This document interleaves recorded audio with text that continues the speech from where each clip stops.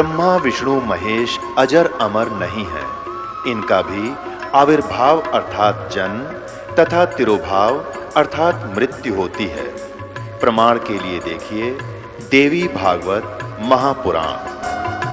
ब्रह्मा, मैं, विष्णु और शिव, यह तुम्हारी प्रभाव से जन्मवान है। तो हम तो जन्मवान हैं, हमारा तो जन्म होता है और मरते हैं, नित्य नहीं है, हम अविनाशी नहीं है। फिर इंद्रादि दूसरे देवता नित्य किस प्रकार हो सकते हैं? कृपया अवश्य सुनिए जगत गुरु तत्वदर्शी संत रामपाल जी महाराज के अमृत वचन। तो ऐसे पद पर जब हम आ जाएंगे, हम यहाँ पीहर में रह रहे हैं और यहाँ सभी के साथ मिलजुल कर रहना होगा हमने, लेकिन हमारी जो अंतःकरण की जो स्थिति है, अंतःकरण के अंदर जो कशक है वो अपने कबीर पति के अंदर, उस समर्थ पति के अंदर अटूट बनी रहे। तो फिर जब हम यहाँ से जाएंगे संसार छोड़कर, सीधा वहीं पहुंच जाएंगे, क्योंकि हमारी आशा जहाँ आशा ता वासा होई, मन कर्म वचन सुमरिया सोई। तो ऐसी स्थिति में आने के बाद जब हम परमात्मा कबीर जी के अतिरिक्त किसी से भी आध्यात्मिक लाभ की इच्छा नहीं करेंगे, अगर हम कोई अर्जी लगाएंगे तो अपने पिता को, अपने पति को ही लगाएंगे। वो चाहे किसी से कुछ करवाए, वो उसका काम होता है, किसी से भी करवाए, वो समर्थ है,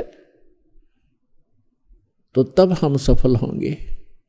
तो उस समय जब हम ऐसी स्थिति में आ जाएंगे, तो उस समय परमात्मा अपनी वाणी में आप ही हमें सतर्क करते हैं। जैसे पति भरता जमी पर जो जो धर है पाँव, और समर्थ झाड़ू देत है ना काटा लग जावे। समर्थ झाड़ू देते चलते हैं कि कहीं मेरी प्यारी आत्मा के जीवन रूपी सफर में पाप रूपी कांटा ना लग जा, इसका दुख ना हो। तो पुण्यात्मा, जब हम परमात्मा की सतभक्ति करेंगे, उससे हमारे पाप नाश हो जाएंगे और पुण्य शेष रह जाएंगे। जब ही सतनाम हृदय धरो, भयो पाप को नासे। जैसे चिंगारी अग्नि की भई पड़े पुराने गाशे। जिस समय कहते हैं आपको सतनाम प्राप्त हो गया, उसी समय आपके पापों में आग लगानी शुरू कर देगा। जैसे चाहे लाख टन घास फूस पड़ा हो सूखा, और कितनों क्षेत्रों में का घेर रखा उसने, और एक माचिस की सीख लगा दी जाए, एक तिल्ली, उसको फूंक कर सहा कर देगी और चलेगा तूफान, तेज हवा चलेगी, उसको फेंक देगा कहीं का कहीं और वो स्थान क्लियर हो जाएगा। तो हमारा युगों युगों के पाप इकट्ठे संग्रहित हैं संचित कर्मों में। अब परमात्मा का यह सच्चा नाम और आपकी सच्ची लगन, पतिव्रता पद, विचारणी भक्ति के कारण आपके पाप कर्मों के ढेर में आग लग जाएगी। जैसे सूरज के आगे बदरा, ऐसे कर्म छयारे। प्रेम की पवन करे चत मंजन, झलक तेज नयारे। जैसे सूरज के आगे बादल, ऐसे कर्म छयारे। आत्मा और परमात्मा के मध्य जैसे सूर्य के बीच में बादल आ जाने से सूर्य का प्रॉपर जो प्रकाश है वो हम तक नहीं पहुंच पाता, और ऐसा लगता है जैसे अंधेरा हो गया हो, रात्रि होगी हो। तो पुण्यात्माओं, जब तेज हवा चलती है, बादलों को इधर उधर फेंक देती है, तो फिर सूर्य का वो तेज ज्यों का त्यों आपको दृष्टिगोचर होता है। ठीक इसी प्रकार युगों युगों के पाप कर्मों की छाया आत्मा और परमात्मा के बीच में अड़ी हुई है। इस सतनाम और सच्ची श्रद्धा और लगन से भक्ति करने से वो ऐसे हट जाएंगे, वो बादल छट जाएंगे, पाप के बादल। जैसे सूरज के आगे बदरा ऐसे कर्म छयारे, प्रेम की पवन करे चित मंजन झलके तेज नयारे। प्रेम की पवन चलेगी, परमात्मा की भक्ति प्रारंभ करोगे। प्रारंभ में तो इतना आनंद नहीं आता भक्ति में, क्योंकि हमारे पाप कर्म योगों योगों के संग्रहित हैं और हमें प्रभावित कर रहे हैं। प्रारंभ में तो इस भक्ति के ऊपर धक्के से लगाना पड़ता है जीव को। इतने मंत्र तो करने ही पड़ेंगे, इतने मंत्र तो आपने करने ही पड़ेंगे। आरती भी करनी पड़ेगी, नित्यनेम भी करना पड़ेगा, रमणी भी करनी पड़ेगी। तो शुरुआत में आपको धक्के से लगाना पड़ता है और आप ना चाहते हुए भी शुरू कर देते हो, क्योंकि आपने स्वस्थ होना है, मोक्ष प्राप्ति करनी है। और कुछ दिनों के बाद फिर देखना, आप भक्ति नहीं कर लोगे तब तक नींद नहीं आएगी, और वही नाम बार बार जाप करना है, कितना आनंद आना शुरू होगा। तो आपके अंतःकरण में जो पाप कर्मों का जो दबाव था, जबर था, वो हटता चला जाएगा। जैसे तुलसी पिछले पाप से हरि चर्चा ना भावे, जैसे जवर के वेग से भूख विदा हो जावे। जैसे किसी व्यक्ति को जबर हो गया, बुखार, और उसको भोजन भी कड़वा लगता है, प्रतिदिन खाने वाला आहार भी मुंह को लगाने को दिल नहीं करता, उल्टी गिरने को हो जाती है। काजू, किशमिश, सेब, संतरे कितने स्वादिष्ट फल और मेवा होते हैं, उस जबरग्रस्त व्यक्ति को वो भी कड़वे लगते। न तो मनुखा दाख कड़वी है, न सेब और संतरे कड़वे हैं। बुखार ने, जवर ने उसके शरीर की व्यवस्था को इतना बिगाड़ दिया कि उसको मीठी वस्तु भी कड़वी लग रही है। अब उसका तरीका क्या है? उन मीठी वस्तुओं को मीठा ही लगाने के लिए अब उस व्यक्ति को कोई कहे कि एक गिलास भोजन खा ले, बहुत सुंदर बना रखा है, हलवा बनाया है, नहीं खा सकता, कुछ भी बनाए रखा हो। तो उसका क्या इलाज है? क्योंकि उसका कारण क्या है? कारण तो ये है कि बुखार ने उसके शरीर की व्यवस्था को खराब कर दिया, जो मीठी वस्तु को भी कड़वी महसूस कर रहा है। उसका इलाज क्या है कि जैसे मलेरिया हो जाता है और कुनीन सबसे कड़वी औषधि होती है, और न चाहते हुए भी कड़वी लगो तो लगो, वो खानी ही पड़ेगी।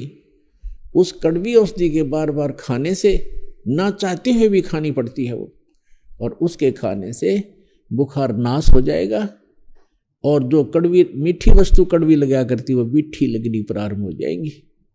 और जितना भी बुखार उतरता चला जाएगा उतना ही कुछ ना कुछ आहार प्राणी प्रारंभ कर देता है। तो ठीक इसी प्रकार जिनके अंतःकरण के अंदर पाप कर्मों का जबर घना है, उनको परमात्मा की चर्चा अच्छी नहीं लगती। ना लगने दो, इसको ना चाहते हुए भी सुनो सत्संग को, न चाहते हुए एक बार भक्ति अवश्य शुरू करो। कबीर साहब कहते हैं, कबीर हरि के नाम को हिज भजो चे खज, और उल्टा सुल्टा उगेगा खेत पड़ा जो बीज। इसने चाहे प्यार तो भज लो शुरुआत में, और चाहे खज के भज लो, ये तो करना पड़ेगा। कबीर हरि के नाम को हिज भजो चे खज, उल्टा सुल्टा उग ही खेत पड़ा जो बीज। खेत में बीज डाल दिया उसने, उल्टा पड़ो चाहे सुल्टा, वो उगे ही उगेगा। तो इस प्रकार हमने प्रारंभ में तो ऐसे आपने करना होगा, और फिर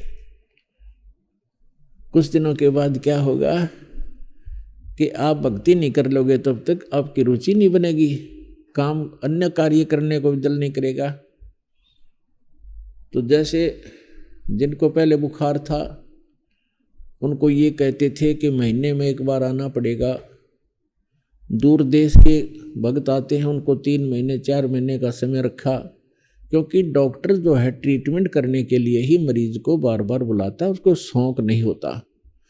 तो हम आपको इसलिए बुलाते हैं, आप आते रहोगे, आपकी रुचि बढ़ेगी, आपके शुभ संस्कार बढ़ते चले जाएंगे, फिर आपकी आप पर रुचि हो जाएगी, आप डटे नहीं, डटोगे फिर तय। जब आपके पाप कर्मों का जबर उतर जाएगा, फिर आप रोक के नहीं रुक सकते, हमने बुलाने की आवश्यकता नहीं, आप आया करोगे, आप इस ज्ञान से परिचित हो जाओगे और आपके अंतःकरण में जमा वो पाप नष्ट हो जाएंगे। फिर आपको सतलोक आश्रम बरवाला के बगैर कोई स्थान दिखाई नहीं देगा इस पृथ्वी पर जहां आप ये सोचो कि ये मेरा अपना है।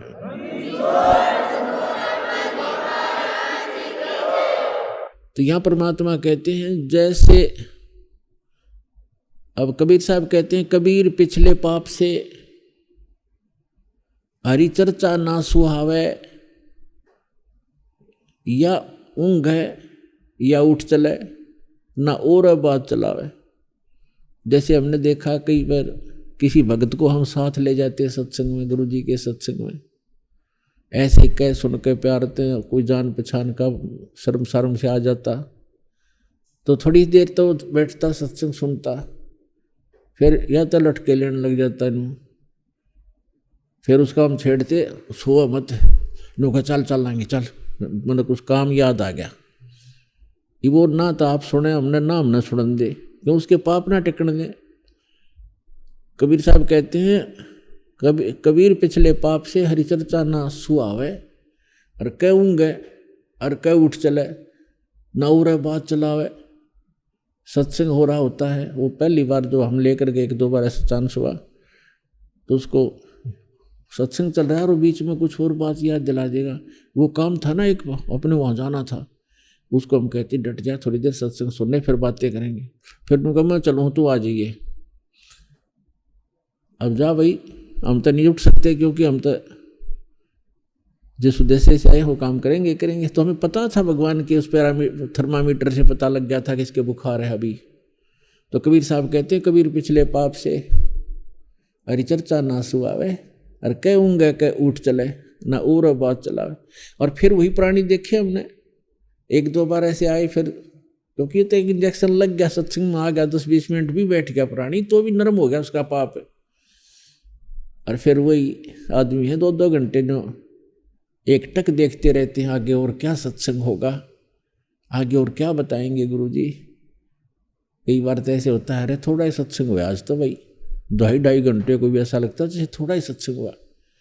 तो पाप आपके कट गए और रुचि भगवान में बढ़ गई। तो जैसे बीमार व्यक्ति पहले एक रोटी मुश्किल से खा पाता है, औषधि सेवन करने लगता है, और फिर देखा जब बुखार उतर जाता है तो सूखी रोटी होगी नहीं होगी, ले आ फटाफट, सब्जी की आवश्यकता नहीं, सूखी खा जाएगा। और जब पहले वो सारे स्वस्थ भोजन बना रखा होता है 36 प्रकार की व्यंजन का, वो भी नहीं अच्छा लगता था। तो पुण्यात्मा, सत्संग में आने से, ये तत्व ज्ञान सुनने से हमारे युगों के पाप नाश होते हैं। जब तक हम सत्संग में नहीं आएंगे तो वो स्थान ही नहीं जहाँ पर हम पाप नाश कर सकें। जैसे आप संसार में जाते हैं, किसी भी कार्य में जाते हैं, तो वहाँ पर आपको सारी रोजी रोटी रोजगार व्यवसाय के व्यक्ति मिलेंगे, उनकी एक जैसी चर्चा, एक जैसे विचार, एक जैसा भाव, एक जैसी क्रियाएं होंगी, तो वहाँ तो आपके पाप बढ़े ही बढ़ेंगे। अब जैसे कोई, अब ठीक है काम भी करने पड़ेंगे, फील्ड में भी जाना है और सब कुछ हमने करना भी पड़ेगा, लेकिन उसके लिए तरीका बताया है। जैसे आप प्रतिदिन कपड़ा पहनते हो और काम करते हो, कोई मजदूरी करता है, कोई नौकरी करता है, या कोई अन्य व्यवसाय करता है, कोई खेती करता है, तो कपड़ा मैला होता है, तो मैला होगा, स्वाभाविक है वो। तो फिर उसका तरीका है कि उसको साबुन और जल के प्रयोग से स्वच्छ करो, डेली धो लो उसको। तो ठीक इसी प्रकार जब तक हम भक्ति नहीं करते, जब तक हम सत्संग रूपी इस सरोवर में नहीं आते और राम नाम का साबुन हम नहीं लगाते, तब तक तो हमारा ये अंतःकरण रूपी शरीर, ये चोला जो है अंतःकरण, ये मैला ही मैला हुआ था, पाप ही पाप इकट्ठे होते। अब हम सत्संग भी सुनते हैं, स्मरण भी करते हैं, दान भी करते हैं, तो हमारा जो मैला तो होना ही है, स्वाभाविक है, लेकिन वो साफ भी डेली हो रहा है। इस प्रकार से हम उन करोड़ों पापों से बचे रहेंगे और वो संग्रहित ना होंगे। अब जैसे गीता जी के 18वें श्लोक में अध्याय में लिखा है कि अर्जुन, कुछ ऐसे कर्म हैं, कोई भी ऐसा कर्म नहीं है जिसमें पाप ना होते हों इस पृथ्वी पे। कोई भी अग्नि धूमा रहित नहीं है। फिर उसमें ये साथ में निर्णय दिया है कि जैसे जो कर्तव्य कर्म है उनको करने से पाप नहीं लगता। जैसे खेती, किसान खेती करता है तो खेती करेगा, उसमें तो करोड़ों जीव मारता है सारा दिन में, वो हल के द्वारा फाड़ता है जमीन को, बहन बेटियां पोछा लगाती हैं, डॉक्टर भी इंजेक्शन लगाते हैं, वो जीव मारते हैं जो हानिकारक होते हैं इस बॉडी के अंदर। और वैसे भी कोई व्यापार बिजनेस के लिए, अपने मजदूरी के लिए चलता फिरता है या कस्सी से धरती खोदता है, कोई भी काम करता है, रोटी बनाते हैं, अग्नि जलाते हैं, इन सब में पाप होते हैं। इसके लिए परमात्मा ने बताया है कि इसका एक विधान है, मानव शरीर प्राप्त प्राणी को गुरु बनाना अनिवार्य है। जब ही बच्चा 3 वर्ष का हो जाए उसके लिए गुरु होना अनिवार्य है, अध्यात्म गुरु। अब जैसे पुण्यात्माओं जिन्होंने गुरु नहीं बना रखे, और गुरु बना रखे हैं तो नकली बना रखे हैं, जिनको जो अधिकारी नहीं है। अब जैसे एक लाइसेंस, ड्राइविंग लाइसेंस होता है, चालक प्रमाण पत्र, तो जिसके पास चालक प्रमाण पत्र अथॉराइज्ड है, ठीक ढंग से बना हुआ, सही अधिकारी से बनाया हुआ ड्राइवर लाइसेंस है, और वो गाड़ी चला रहा है और किसी कारण से दुर्घटना हो जाती है, तो सबसे पहले जांच अधिकारी उसका लाइसेंस देखेगा। यदि उसके पास लाइसेंस है तो 90% बच गया कि ये अनट्रेंड नहीं है, इससे जो गाड़ी चलाने में कोई गलती नहीं हुई, कोई और सर्कमस्टांस बन गए हैं जिस कारण से दुर्घटना हुई है। और यदि उसके पास लाइसेंस नहीं है तो सीधा ही दोषी है, उसका तो कोई ऑप्शन ही नहीं रहा। गाड़ी चलाने का वो अधिकारी नहीं, चलानी उसने आती नहीं, और गाड़ी लेके चल पड़ा तो वो सीधा दोषी है, कोई दुर्घटना हो जाती है। तो इसी प्रकार जो गुरु नहीं बना रखा जिन्होंने, और नकली बना रखे हैं, तो उनसे ये पाप तो होते ही हैं, क्योंकि सभी, कोई मजदूरी करता है, कोई किसान का काम करता है, कोई कुछ करता है, तो उनसे जो पाप होते हैं वो उनको भोगने ही पड़ते हैं, क्योंकि उन्होंने ये शरीर रूपी गाड़ी जो चलाई है इसका लाइसेंस नहीं बनवाया। लाइसेंस बनाते समय अधिकारी उनको ट्रेनिंग देते हैं कि राइट मोड़े तब ऐसे देखे, लेफ्ट में करे तब ऐसे देखे, फर्स्ट गियर इतनी स्पीड पर हो, सेकंड दूसरी इतनी पर हो, ब्रेक ऐसे लगाए, सावधानी बरतनी चाहिए, इतनी दूर से स्लो कर देनी चाहिए गाड़ी को, यानी पूरा ट्रेन कर दिया जाता है, जिस कारण से वो दुर्घटना कर ही नहीं सकता। ठीक इसी प्रकार सत्संग के अंदर जो गुरुजन होते हैं, इस राम नाम की गाड़ी, शरीर रूपी गाड़ी जो उसको प्राप्त हुई है जीव को, उसको चलाने से पहले उसने उसकी सारी कुछ क्रियाओं का और सभी फॉल पॉइंट्स का प्लस माइनस सारी सिखाई जाती है। इच्छा कर मारे नहीं, बिन इच्छा मर जा, कहे कबीर तास का वही पाप नहीं लगे। जान कर नहीं मारे, जैसे कोई चल रहे हो रास्ते में और कीड़ियों का नाल आ गया, जानबूझ के उनके ऊपर पैर नहीं रखे, कोशिश करे बचने की। अगर आप रास्ता है थोड़ा सा, इधर फसल है इधर फसल है, पानी भरा फसल में, आप रास्ते पर से जा रहे हो, तो उसके ऊपर कीड़ी आ गई हैं, तो आपका इच्छा उनको मारना नहीं है, और वो क्योंकि वो गलत स्थान पर आ गई, उनका रास्ता नहीं है वो, तो वहां अगर आपके पैर के नीचे कोई मर भी जाता है तो आपको मन में मलाल रहे, ये ऐसा भाव बना रहे कि हे भगवान ये हो रहा है पाप, लेकिन मजबूर हूं मैं। और जैसे किसान हल जोतता है तो उसका वहां जीव मारना उद्देश्य नहीं है, वहां उसने वो कर्तव्य कर्म उसका जो अलाउड है वो कर रहा है, तो उससे पाप नहीं होगा उसको। उसके ऐसे जो पोचा मारते हैं, उपदेश ले रखा है, उनका इच्छा जीव, उनका उद्देश्य जीव मारना नहीं है, वो सफाई करना, नहीं तो वो हानि कर देंगे उस शरीर को, उसको हानि पहुंचा देंगे। तो इसलिए वह पोचा लगाना, फिनाइन वगैरह जो भी तुम लगाते हो कोई दिक्कत नहीं, लगा सकते हैं, तो उसका पाप नहीं होता। फिर दूसरा, फिर भी थोड़ा बहुत मैल अगर बनता है तो हम प्रतिदिन नित्यनेम करते हैं, मंत्र करते हैं, साबुन और जल हम प्रतिदिन प्रयोग करते हैं, अंतःकरण की सफाई हो ही जाती है। तो इस प्रकार हम इस जीवन को सफल करेंगे। तो आपका लाइसेंस बन गया है और आप इच्छा कर नहीं मार सकते। इच्छा कर मारते हो तो फिर तो अपराधी हो ही, जानबूझ के जैसे कोई लेकर जूते ऐसे मकोड़े मारने लग जाए, वो तो मूर्ख है, फिर ऐसे भक्त नहीं कर सकता।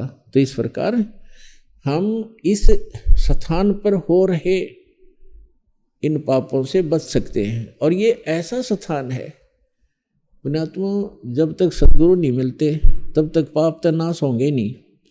ठीक है, थोड़े बहुत कोई अच्छा गाइड करता है, बुरे भले का ज्ञान करा भी देता है, तो उससे पाप और पुण्य दोनों ही संग्रहित होते चले जाएंगे आपके। अब ये ऐसा स्थान है जैसे किसान खेती तैयार करने के लिए, फसल तैयार करने के लिए, और जमीन को कितनी बार हल से जोतता है, हल से उसको गुड़ाई करता है, उसने बाता है और बा के उसको घास रहित करता है। तो यहाँ हरियाणा क्षेत्र में खासकर रोहतक, सोनीपत, भिवानी और ये जींद, करनाल आदि के जो डिस्ट्रिक्ट हैं हरियाणा की, इनमें हमें देखा है कि फसल तैयार करने के लिए गेहूं बोने से पहले कम से कम 4-5 बार वैसे जमीन को सूखा बहाना पड़ता है ताकि वो घास फूस रहित हो जाए, और फिर फसल बोई जाती है। और पुण्यात्मा तब जाकर के उसमें बीज भी डाला जाता है, उसकी भी कीमत लागे। हल से खेत, ट्रैक्टर से जमीन को बोहाया है, गुड़ाई कराई है, उसके पैसे लगे, बीज बोया उसके पैसे लगे, और फिर खाद पानी डाला उसके पैसे लगे, तब जा करके मुश्किल से गेहूं की कनक दिखाई देती है, प्राप्त होती है। इतना प्रयत्न करके, इतनी मेहनत करके, तो फसल तैयार करने के लिए, कनक प्राप्ति के लिए तो किसान को कितना मेहनत और खर्चा करना पड़ा। और उसी जमीन को बिल्कुल ना बाओ ना समारो, छोड़ दो फ्री, 1 वर्ष के अंदर उसमें इतना अड़ंगा इकट्ठा हो जाएगा, दिखाई भी ना दे यहाँ क्या जमीन भी है कि नहीं, नो फंस जाएगा है। तो ये जो अड़ंगा बेमतलब का, जिन अनावश्यक जो ये तापा हो गया। और कनक तैयार करने के लिए, गेहूं तैयार करने के लिए मेहनत भी करी, पैसा भी लगा, और फिर भी कोई ना कोई झटका, कोई ओले गिर गए, कभी फ्लड आ गई, कभी सूखा पड़ गया, वो शंका, वो समस्या न्यारी रहती है साथ पैरेलल। तब जाकर किधर कहीं पर ये गेहूं दिखाई देते होते हैं, प्राप्त होते हैं, और अड़ंगा अप्पा हो गया। तो ये ऐसा स्थान है, ये काल का, ये पृथ्वी लोक, ये सारे लोक, इस पे पाप तो बिना करे होंगे, और पुण्य करने के लिए उस किसान की तरह विशेष व्यवस्था करनी पड़ेगी, पैसे भी लाने पड़ेंगे, टाइम भी निकालना पड़ेगा, और तब जा करके आपके पुण्य बनेंगे। ये लोक ही ऐसा है। पृथ्वी ऊपर पग जो धारे, करोड़ जीव एक दिन में मारे। कबीर परमात्मा अपनी प्यारी आत्मा धर्मदास जी को समझाते हैं कि आप धर्म भी कर रहे हो, भक्ति भी कर रहे हो, और तीर्थ यात्रा भी कर रहे हो, और फिर कहते हो हम कोई पाप नहीं करते। तो परमात्मा ने उनको समझाया, पहले तो तेरे पाप गिनवाऊं, कितना करता है दिन में। पृथ्वी ऊपर पग जो धारे, करोड़ जीव एक दिन में मारे। 70 ब्राह्मण की है हत्या, जो चौका तुम देवो नित्या। जो चौका लीपते हो, रोटी बनाते हो, चूल्हा चौका करते हो, इसमें 70 ब्राह्मण की हत्या तो एक टाइम के खाना बनाने में आप कर देते हो। ब्राह्मण मीन भक्त, संत आत्मा की हत्या का बहुत गणा पाप शास्त्रों में बताया है। तो परमात्मा याद दिला रहे हैं कि ये तो तुझे मालूम है कि एक ब्राह्मण की हत्या का कितना पाप होता है। तो अब बताता हूं कि 70 ब्राह्मण की है हत्या, जो चौका तुम देवो नित्या। जो लीप ल्याप कर डेली पोचा मारते हो, 70 ब्राह्मण की हत्या जितना पाप कर देते हो। और ब्राह्मण सेंस हत्या जो होई, जल स्नान करत हो सोई। 1000 ब्राह्मणों की हत्या उस समय कर देते हो जब तीर्थ में जाकर या किसी जोड़ तालाब में आप स्नान करते हो। ऐसे सूक्ष्म जीवों को रगड़ रगड़ कर मार डालते हो। और पुण्य एक भी ना होता तीर्थ पाने का, और पाप ढेर सारे हो गए। हरी बाती पृथ्वी के रंगा, अंत कोट जीव उड़े पतंगा। सूक्ष्म कर्मी कीट मर जाई, सूक्ष्म जीव जो दर्शे नाही। हरी बाती पृथ्वी के रंगा। आपने देखा होगा छोटे छोटे जीव पृथ्वी जैसे कलर के, घास जैसे कलर के, दिखते भी नहीं और वो भी मर जाते हैं। तो परमात्मा कहते हैं तारक मंत्र कोट जपाही, ये जीव हंसा उतरे नाही। जिन मंत्रों का तुम जाप करते हो, जिन भगवानों का तुम मंत्र जाप करते हो, इनके मंत्र के जाप से करोड़ तारक मंत्र कर लियो तुम्हारे फिर भी पाप नहीं कटेंगे। तुम कौन राम का जपते जापम, तात कटे ना ये तीनों ताप।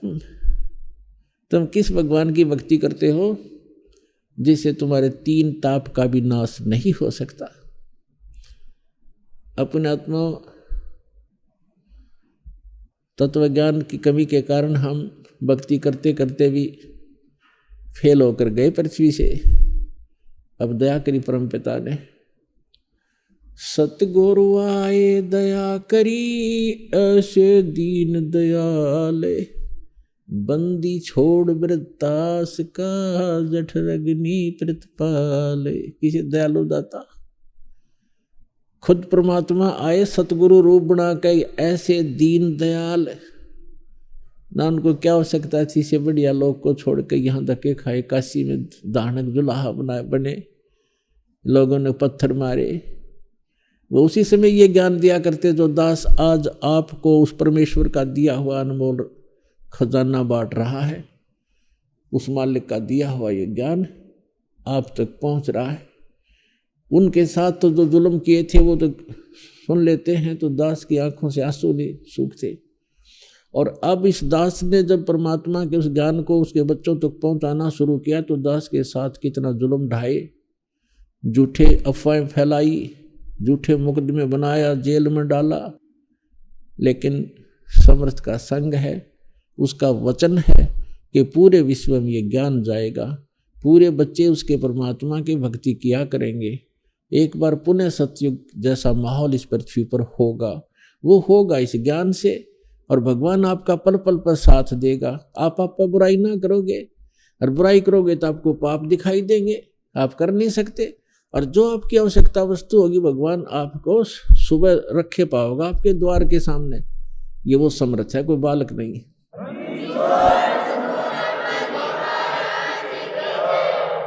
और तभी हम बुराइयों से बचेंगे, भगवान से डरेंगे, जब हमें किसी चीज का अभाव रहेगा ही नहीं घर पे। क्योंकि पहले तो हम अपनी इच्छाओं की कमी करेंगे, और जब तक इच्छा कम नहीं होगी हम भक्ति नहीं कर सकते। इच्छा कम कैसे होंगी कि हमें पता लग जाएगा कि हम जो संग्रह कर रहे हैं, सारा जीवन बर्बाद कर रहे हैं कोठी बंगले बैंक बैलेंस बनाने के लिए, ये तो मूर्खों का काम दिखेगा। आपने महामूर्ख करेगा इस काम को। ऐसे बहुत से प्रमाण हैं। एक कबीर साहब कहते हैं आपको फिर ऐसा ज्ञान होगा,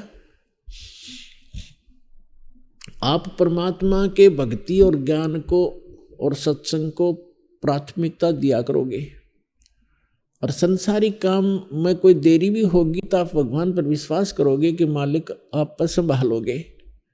संभालना भी उसी ने है। जीव तो अपने सत्तर का प्रयत्न ही कर सकता है। अब जैसे बहुत से ऐसे प्रमाण दास ने इस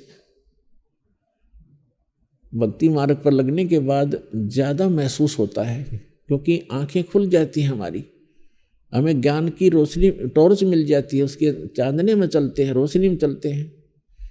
इस दास ने दीक्षा ली थी और दीक्षा लेने से 2-3 वर्ष पहले, सन 1983-84 की बात है, रोहतक में दास सर्विस करता था, जूनियर इंजीनियर सिविल इन इरिगेशन डिपार्टमेंट हरियाणा के अंदर। तो वहाँ एक बैंक मैनेजर था। बैंक मैनेजर ने रोहतक में सेक्टर 1 के अंदर, सेक्टर 1 में या 3 में ध्यान नहीं इतना, उसमें कोठी बनाई, कुछ तो बैंक लोन दिया, कुछ अपना जुगाड़ जोड़ रहा था। उस समय 3.5 लाख रुपए लगे थे उसके। उस समय के 3.5 लाख, राज के 35 लाख। और वो कोठी बनकर तैयार होगी, उसकी मुहूर्त के लिए पंडित बुला रखे, गुरुजी आ रहे, और उधर से सारे अपने रिलेटिव और मित्र फ्रेंड्स बुला रखे। पहले तो हवन हवन करना था, फिर उसके बाद गुटी शूटी का प्रोग्राम था अलग से कमरे में। तो सुबह के समय, वो संडे का दिन था, संडे था, रविवार था, और उसको कोई वस्तु, आवश्यक वस्तु लाने के लिए वो स्कूटर उठाकर और बाजार में जा रहा था। मेडिकल मोड़ बोल रहे हैं वहाँ पर, दिल्ली रोड के ऊपर एक मेडिकल मोड़ है। मेडिकल मोड़ के ऊपर एक 2 व्हीलर से उसका 2 व्हीलर टकरा गया, स्कूटर से स्कूटर। उसने तो स्पीड हो रही थी, आगे ध्यान थी, धुन लग रही थी उसकी, तो कोई गुटी शूटी लाऊंगा और फिर आज मुहूर्त हो गया कोई ठीक है। स्कूटर से स्कूटर टकरा गया और गिर गया। ऐसे पड़ते ही एक फुटपाथ था, फुटपाथ पर लगी कनपटी, वहीं इस प्राण पूरे हो गए उस भाई के। अब मुहूर्त धरी धराई रहेगी और 3.5 लाख की कोठी खड़ी खड़ाई रहेगी, क्योंकि अपना जाने की तो कुत्ता बन के सैर सपट्टे कर रहा होगा। तो पुण्यात्माओं, हमारे को ये दिखाई देने लग जाएंगे, फिर हम केवल उसी डलों को नहीं ढोएंगे, हम साथ में भगवान आधार जरूर बना के रखेंगे। तो फिर हमारा कोई कार्य ना भी हो तो हम विश्वास सब्र करेंगे, परमात्मा की दया है, इसमें कोई हित है हमारा। तो इस प्रकार पुण्यात्माओं, ये बहुत खतरनाक जो दौर है इस कलयुग का, इसमें थोड़ा सा सुविधा मिली है हमारे को, शिक्षित हुए, अच्छी तरह नहान धोन लग गए, बढ़िया ये इंस्ट्रूमेंट बना बैठे हम, इंटरनेट लगा लिए, हवाई जहाज बना लिए, अरे भगवान से हम कोसों दूर हो गए। एक बार दास एक अपने भगत के यहाँ गया था जहाज से, तो वापस आ रहे थे, मेरे साथ एक और भगत था। तो जहाज स्टार्ट हुआ, हमारा स्वाभाविक है कि हम मंगलाचरण करते हैं, चाहे गाड़ी बैठे हों चाहे वैसे चले सफ़र करते समय, तो मंगलाचरण अवश्य पढ़ते हैं। जो ही जहाज स्टार्ट हुआ, तीन वाली सीट पर बैठे थे हम, 2, एक तीसरा लास्ट में बैठा था, अप टू डेट शायद युवा लड़का 24, 25, 30 साल का। हम मंगलाचरण करने लगे मन मन में, धीरे धीरे ऐसे करके। तो वो जब हमारा वो पूरा हो लिया, तब वो कहता है, आप हमारी मंगल कामना कर रहे थे। अरे वाह, 21वीं सदी में चल रहे हैं और आज भी तो भगवान मानते हो। आज साइंस ने कितनी तरक्की कर ली है, ये है वो। हम नहीं बोले, हम इस मूर्ख गिला के माथा मारा ही के समझावा इसने, क्योंकि इसकी तो बुद्धि खराब हो रही है, थोड़ा बहुत पढ़ लिख क्या होगा, कोई नौकरी बढ़िया होगी इसकी, और ये जहाज बना लिया तो इसने सब कुछ बना लिया, इसका मतलब ये हो गया। तो पुण्यात्माओं, या काल ने हमारे एक और भगवान के बीच में बाधा खड़ी कर दी है, विज्ञान। लेकिन ये ज्ञान से समाप्त हो जाएगी, इससे बड़ा विज्ञान है ये तत्व ज्ञान, अगर 2 वर्ष वर्षा ना होए या सारी विज्ञान यही पड़ी पढ़ाई रह जाएगी, ना कोई टीवी देखनी आ रहे, ना जहाज में बैठनी आ रहे, भूखे मर कर टक्कर मार मार के मर जा दुनिया। तो खाक है ये विज्ञान। असली विज्ञान तो ये है कि परमात्मा की भक्ति करो, सारी आपदाओं को टालेगा, जियोगे तब तक सुखी रहोगे और कोई अभाव नहीं होने देगा। इस पृथ्वी पर भी ऐसी वर्षा करने लग जाएगा भगवान अपने भक्तों के लिए, हरे भरे बाग बगीचे बना देगा, इसमें क्या देर लगे है, और सतयुग जैसा माहौल बना देगा। तो इस प्रकार हमने परमात्मा को आधार बनाकर जीना पड़ेगा यदि हम भक्ति करना चाहते हैं। तो यहाँ भगवान बताते हैं, राम नाम रटते रहो जब तक घट में प्राण, कभू तो दीन दयाल के भनक पड़ेगी कान। मारे सत्य गुरु दे रहे, हे लारे सतनाम सुमर मन में लारे। मारे साहेब दे रहे, हे लारे सतनाम सुमर मन में लारे। सतनाम सुमर मन में लारे, भगवान सुमर मन में लारे। मारे साहेब दे रहे, हे लारे सतनाम सुमर मन में लारे। मारे सत्य गुरु दे रहे, हे लारे सतनाम सुमर मन में लारे। कोडी कोडी माया जोड़ी, जोड़े भरा एक थैला रे। कोडी कोडी माया जोड़ी, जोड़े भरा एक थैला रे। खाली आया खाली रे जागा, संग चले ना दे लारे। खाली आया खाली जागा, संग चले ना दे लारे। मारे सत्य गुरु दे रहे, हे लारे सतनाम सुमर मन में लारे। मारे सत्य गुरु दे रहे, हे लारे सतनाम सुमर मन में लारे। सतनाम सुमर मन में लारे, भगवान सुमर मन में लारे। सतनाम सुमर मन में लारे, भगवान सुमर मन में लारे। मारे साहेब दे रहे, हे लारे सतनाम सुमर मन में लारे। मात पिता तेरा कुटुंब कभी हिला, यो कोई दिन का मेला रे। मात पिता तेरा कुटुंब कभी हिला, यो कोई दिन का मेला रे। यही मिलाया यही रे बिछोड़ जा, जागा हंस अकेला रे। यही मिलाया यही रे बिछोड़ जा, जागा हंस अकेला रे। मारे सत्य गुरु दे रहे, हे लारे सतनाम सुमर मन में लारे। मारे साहेब दे रहे, हे लारे सतनाम सुमर मन में।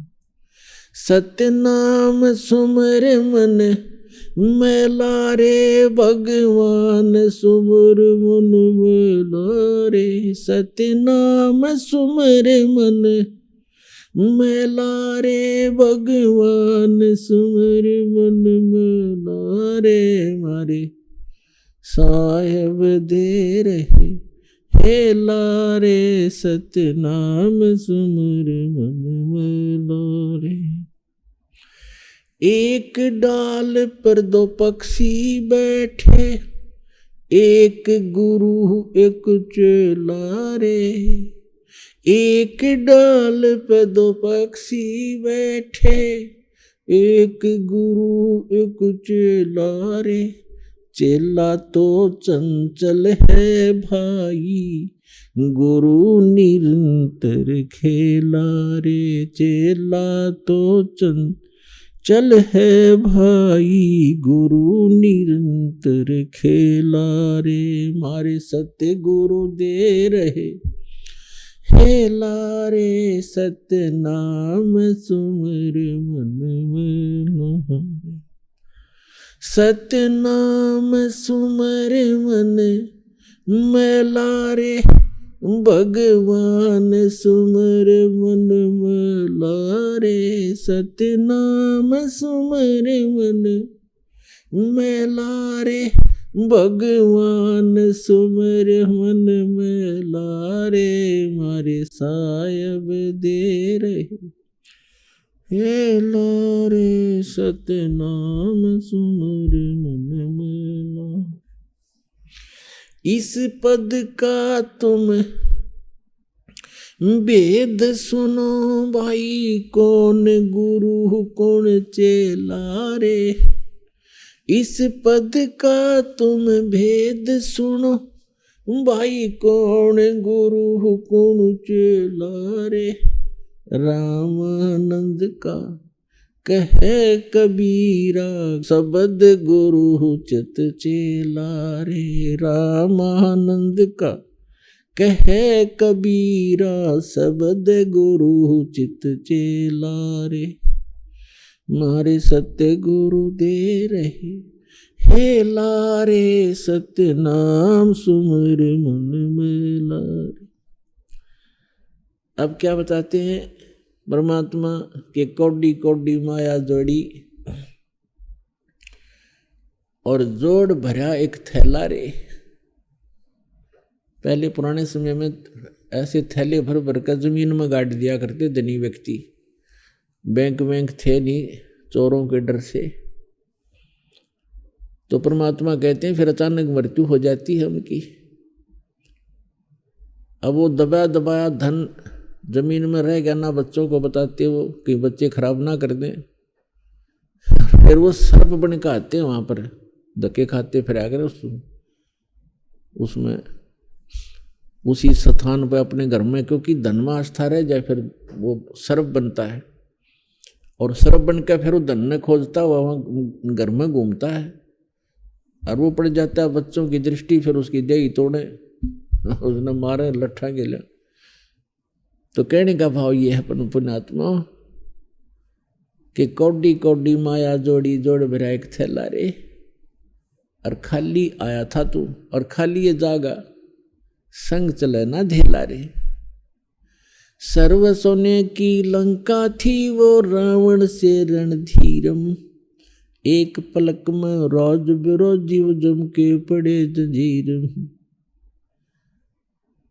रति कंचन पाया नहीं रावण चलती बार, एक ग्राम सोना भी रावण साथ नहीं ले गया जब जहां से जाने लगा। और सारी सोने की लंका बना रखी थी। तो पुण्यात्मा परमात्मा कहते हैं तुम रावण जितने धनी भी ना हो सकते, कितने पैर पटक लियो। और वो कुछ ना लेके गया, खाली हाथ गया यहाँ से, सतभक्ति ना करके। हालांकि रावण भक्ति भी करता था, पर तमोगुणी भगवान शिव की करता था। तो आन उपासना भी करना ना करना बराबर है। चाहे छोटा मोटा यहाँ से राहत तुम्हें मिल भी जाओ, उससे उसका फायदा क्या हुआ। फिर बताते हैं, मात पिता तेरा कुटुंब कबीला, यो कोई दिन का मेला रे। सबको मालूम है इस बात का। अब बड़ी दुर्दांत घटना अभी केदारनाथ के ऊपर उत्तराखंड के अंदर घटी है, ये हृदय से हट नहीं रही कि श्रद्धालु भगवान के लिए वहां गए थे, भगवान तो वहां था नहीं, काल और मिल गले में मौत और गले में डाल ली। अब परिवार के परिवार नष्ट हो गए, आराम तो बैठे थे सभी, कोई कुछ कर रहा था, कोई कुछ सोच रहा था, भविष्य की स्कीमें बना रहे थे, और एक सेकंड में कैसा नाश हो गया, खंडर बन गया। वो जिसने पूजन गए थे उसका नामो निशान नहीं। तो उस भक्ति अगर सही हो तो कोई दिक्कत नहीं, मौत मात भी देखी जा, वो भी हमारे बस की बात नहीं, भगवान के लिए तो हम तड़पते ही रहेंगे। लेकिन ये कोई भी शास्त्र प्रमाणित साधना नहीं है कि ऐसे तीर्थों पर जाने से, ऐसे धामों के में वहाँ जाके पूजा करने, पूजा तो घर पे कर लो, अगर कोई करनी है तो वो भी लाभ देगी। लेकिन ये जितने भी तीर्थ स्थल हैं ये पवित्र यादगारें तो हैं, लेकिन वहाँ जाने से मोक्ष नहीं हो सकता, सपने में भी नहीं हो सकता। वो तो जैसे हमारी गीता और वेदों में वर्णित विधि है उसके आधार से साधना करने से और फिर मर्यादा में रहने से मोक्ष होता है। फिर क्या बताते हैं परमात्मा, एक डाल पर दो पक्षी बैठे, एक गुरु एक चेला रे, चेला तो चंचल है भाई और गुरु निरंतर खेला रे। अब जैसे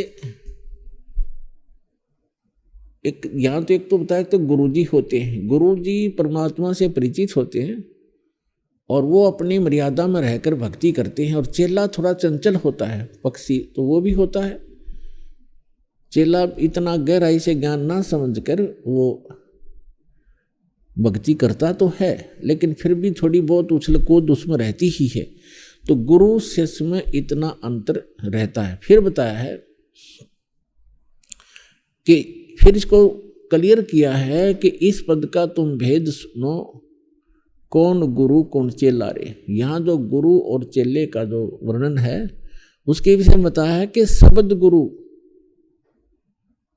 और चित्त चेला रे। ये मन, इसका जो मन का गुरु फिर बनाना पड़ता है, इसको जो मंत्र गुरु जी से प्राप्त है उसको शब्द कहते हैं।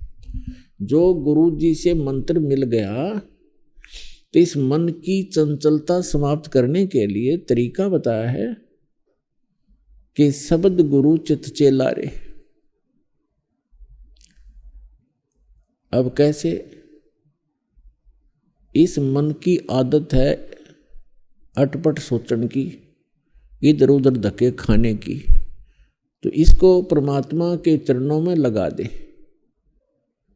उस जो नाम गुरुजी ने दिया है उसके ऊपर लगा कर रखा है, अन्यथा ये मन आपको कहीं ना कहीं कोई ऐसी स्कीम बनावेगा, पता नहीं कहाँ धक्के खान ले जाओगा। चल पिकनिक बना कर आते हैं, और उन पिकनिक पर जाकर न ये आधे लोग तो वहाँ हिल स्टेशन पर गए हुए थे,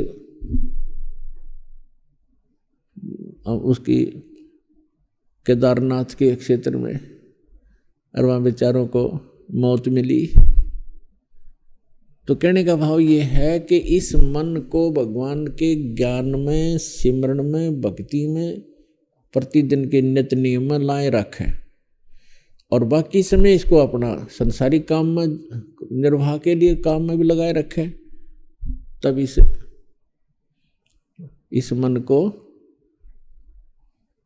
मन से हम जूझेंगे, तभी हम सफल होंगे। एक गुरु था, उसने अपने चेले को एक विद्या सिखा दी, भूत विद्या, और उससे ये कहा कि मेरी अब्सेंस में इस विद्या को तू प्रयोग मत करना। तो गुरुजी के कहने से चेला स्वीकार किया कि अच्छा जी। गुरुजी चले गए कहीं किसी काम बस एक दिन बाहर, तो चेला अकेला उसने सोची आज जो विद्या प्रयोग करके देख लें, गुरुजी ने जो शिक्षा बताई है वो कितनी सफल है मेरी। उसने वो मंत्र बोल दिए, वहाँ सामने एक जंद खड़ा हो गया आके, जंद, और उसने कहा कि बोल भाई, बोलो महाराज जी क्या आज्ञा है, मैं हूँ जिंद और मेरे गुण सुन ले पहले तो। मेरे को यदि आप काम बताए रखोगे तो काम करता रहूँगा, अगर यदि मुझे कोई कार्य नहीं बताया तो मैं तेरी गर्दन दबाऊंगा फिर, और काम मैंने कुछ नहीं, तेरे को मारूंगा। अब वो चेला डर गया, वो तो बहुत चिंतित हुआ। उसने एक दो काम बताया कि चल आटा मांग लिया, वो तो 2 मिनट में थैली भरवा लिया, दौड़ी आटे की रख दिया। फिर क्या, आग बना दे, आग बना दी, पानी भर लिया 2 सेकंड में। बोल, उन्होंने सोची भाई तो बड़ा कसुत्ता काम। बोला कपड़े धो दे, वो कपड़े भी धो दिए 2 मिनट में। अब उसकी गिगी बंदगी के बताऊं इसने, इतने वो चेला गुरुजी आ गए, दौड़ के उसके चरणों में पड़ गया और कहा गुरुजी मेरी रक्षा करो, मुझे बचाओ। गुरुजी कहने लगे भाई वह विद्या प्रयोग कर दी तूने। कहा जी गलती होगी मेरे पे, गलती कर दिया आपने, या नहीं करनी चाहिए थी, और मेरी जान बचाओ भगवान ही तेनू कह, या तो काम बताना तुझे मारूंगा। काम मैंने सारे करवा लिए इससे। तब गुरुजी बोला इसको ये कहते हैं कि एक बांस लावा लंबा 30-40 फुट का। उसने कह दिया जा बांस लायक, और लिया 1 मिनट में ला दे रहा ले बोल। तब गुरुजी ने कहा कि इसको कह दे जमीन में गाड़ दे आधा, ये 2-3 फुट 2-3 फुट जमीन में गाड़ दिया, सीधा खड़ा कर दिया और कह दिया अब इसको कह दिया कि इस पर चढ़े और उतरे। आइए अब हम उन श्रद्धालुओं के अनुभव जानते हैं जो जगत गुरु तत्वदर्शी संत रामपाल जी महाराज जी से दीक्षा प्राप्त कर चुके हैं तथा उनके द्वारा बताए गए भक्ति मार्ग पर चल रहे हैं। नमस्कार सर। नमस्कार सर क्या नाम है आपका? बच्चेलाल सरदार। सर आप कहाँ से हैं? मैं गांव कुपरिया, जिला सुपौल, बिहार से हूँ। सर संत रामपाल जी महाराज से नाम दीक्षा आपने कब ली? सर मैंने संत रामपाल जी महाराज से नाम दीक्षा 2017 में ली थी। सर संत रामपाल जी महाराज से नाम दीक्षा लेने से पहले आप क्या भक्ति साधनाएं किया करते थे?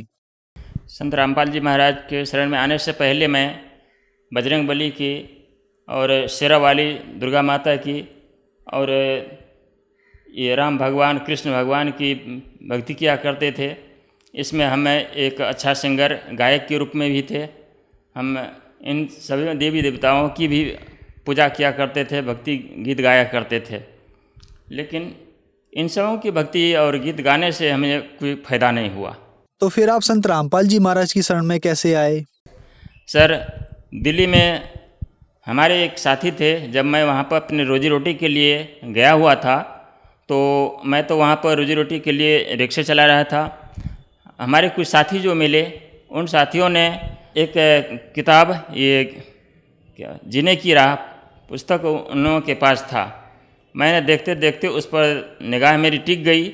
मैं वो पुस्तक मांग करके जो है सो मैंने पढ़ने लगा। पढ़ने के बाद मुझे बहुत अच्छी चीज़ में दिखाई दी। मैंने खूब पढ़ा उसको। उसके बाद जो है सो फिर वहाँ पर एक टेलीविज़न भी रखे हुए थे वो लोग, वहाँ मैं भी रह रहा था। तो वहाँ पर वो शाम के 7 बजे जो है सो संत रामपाल जी महाराज का प्रोग्राम आया करते थे, तो मैं वहाँ पर बैठ करके जो है सो देखा करता था। तो इस तरह से मैं संत रामपाल जी महाराज का ये सत्संग सुनने के बाद और वो ज्ञान जीने की राह पुस्तक पढ़ने के बाद मैं जो है सो नामदान केंद्र दिल्ली पहुँचा और वहाँ से मैंने ये प्रथम उपदेश और प्रथम नाम लेकर के भक्ति करने लगा। सर संत रामपाल जी महाराज से नाम दीक्षा लेने के बाद आपको क्या क्या लाभ मिले? सर संत रामपाल जी महाराज के शरण में आने के बाद मुझे तो बहुत फ़ायदा हुआ। पहला फ़ायदा ये है कि सबसे पहले तो मुझे ये आध्यात्मिक मुझे ज्ञान हुआ, और उसके बाद यह है सर कि मैं अपने रोजी रोटी के लिए जो वहाँ पर नित दिन कमाया करते थे उससे मुझे कोई बरकत नहीं हुआ करता था। अंत में मैं वहाँ से छोड़ छाड़ करके जब मैं अपने बिहार आ गया, बिहार आने के बाद मुझे फ़ायदा ये हुआ कि वहाँ से आते ही जो है सो एक बिहार सरकार की योजना थी, ग्रामीण परिवहन योजना। इस योजना में मैंने एक आवेदन लगाया। 3 ही गाड़ी मिलनी थी, चौथा में हम थे, तो सभी गाड़ी तो लोगों को मिल जाता, मुझे क्या मिलता। लेकिन अब ऐसा हुआ, मालिक की मेहरबानी, संत रामपाल जी महाराज की मेहरबानी, ऐसा हुआ कि जो सबसे हाईएस्ट मार्क वाला था उसका नाम जो है सो किसी दूसरे पंचायत में चला गया। कहने का मतलब ये है कि वो मेरा निकटतम प्रतिद्वंदी था, कहने का मतलब। उसके बाद जो है उसका नाम जो ही दूसरे पंचायत में गया, बस हमारी भाग खुल गई। तब जो है सो मुझे यह एक ऑटो रिक्शा, जो कहने का मतलब 3 व्हीलर, मुझे निःशुल्क प्राप्त हुआ और उस पर 1 लाख अनुदान भी मिला, जिसको पाकर के आज मैं अपनी दाल रोटी अच्छी तरह से चल रही है। और तीसरा फायदा ये है, जब मेरी बेटी जो है सो बराबर बीमार रहा करती थी, उसको मैंने सहरसा ले गया। वहाँ जाने के बाद डॉक्टर ने सारा जांच करने के बाद वो प्रमाणित कर दिया है कि इसको बोन टीबी है, ये जो है सो आजीवन अपंग बन के ही रहेगी, ये कभी दुरुस्त नहीं होगा। तब मुझे बहुत चिंता हो गई कि हे भगवान, हे बंदी छोर संत रामपाल जी महाराज, अब तो मैं एक बेटी के सहारे मैं जी रहा हूँ, उनका नाम, उनका चेहरा देख करके जीना है मुझे, और वो भी अपंग ही निकल गई तो अब हमें क्या मिलेगा, अब हम किसके सहारे जिएंगे। परमात्मा संत रामपाल जी महाराज ने हमारी अरदास सुनी कि आज हमारी बेटी बगैर दवा खाए, उसका जो है सो बिल्कुल वो जो है स्पाइन प्रॉब्लम कहें या कि जो बोन टीबी कहें, वो बिल्कुल बगैर दवा खाए बिल्कुल ठीक हो गई। और आज संत रामपाल जी महाराज की कृपा से हमें 2 नतनी भी हुई। संत रामपाल जी महाराज की कृपा से आज हमारी बेटी बिल्कुल कंप्लीट है, बिल्कुल ठीक है। और उस देखने के बाद, चेहरा देखने के बाद ये भी पता नहीं चलता है कि ये कहीं कभी बीमार थी, अब चल फिर सकती है और सभी काम कर रही है। और डॉक्टर ने भी बताया था कि ये कभी जो है सो सिर पे बोझा नहीं उठाएगी और कोई कठिन काम, भारी चीज़ भी नहीं उठाएगा। आप रिपोर्ट देख सकते हैं। मेरे शरीर में जो है सो छाती में जो है सो चुभन सी, यहाँ पर पिन की तरह चुभन सी हुआ करती थी, और वह दिन प्रतिदिन बढ़ते जा रहा था।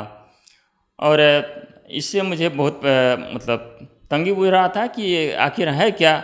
मैं तो कभी जो है सो संत रामपाल जी महाराज के शरण में आने के बाद जो है सो कोई नशा नाम का चीज़ भी हमने सेवन नहीं किया है, तो आखिर ये हमारे पेट में या कि छाती में ये क्या परेशानी है।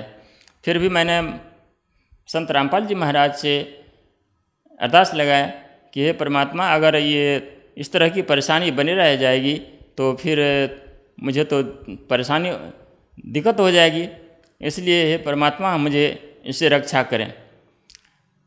तब जो है सो ये अब जो है सो मैं इस तरह से ठीक हो गया कि बगैर डॉक्टर को दिखाए, बगैर दवाई खाए हुए अब मैं पूरी तरह से ठीक हूँ, कंप्लीट हूँ, मुझे कोई अब कष्ट नहीं है संत रामपाल जी महाराज के कृपा से। सर, आपने बताया कि संत रामपाल जी महाराज की शरण में आने के बाद आपको बहुत सारे लाभ मिले, तो संत रामपाल जी महाराज से नाम दीक्षा कैसे ली जा सकती है?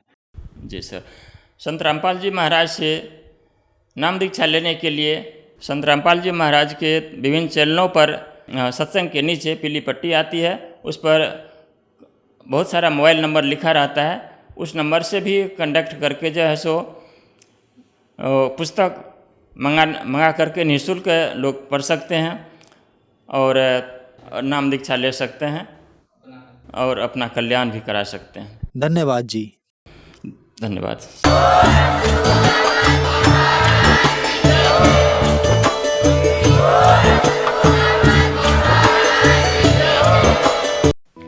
आप सुन रहे थे जगत गुरु तत्वदर्शी संत रामपाल जी महाराज के मंगल प्रवचन। अधिक जानकारी के लिए संपर्क करें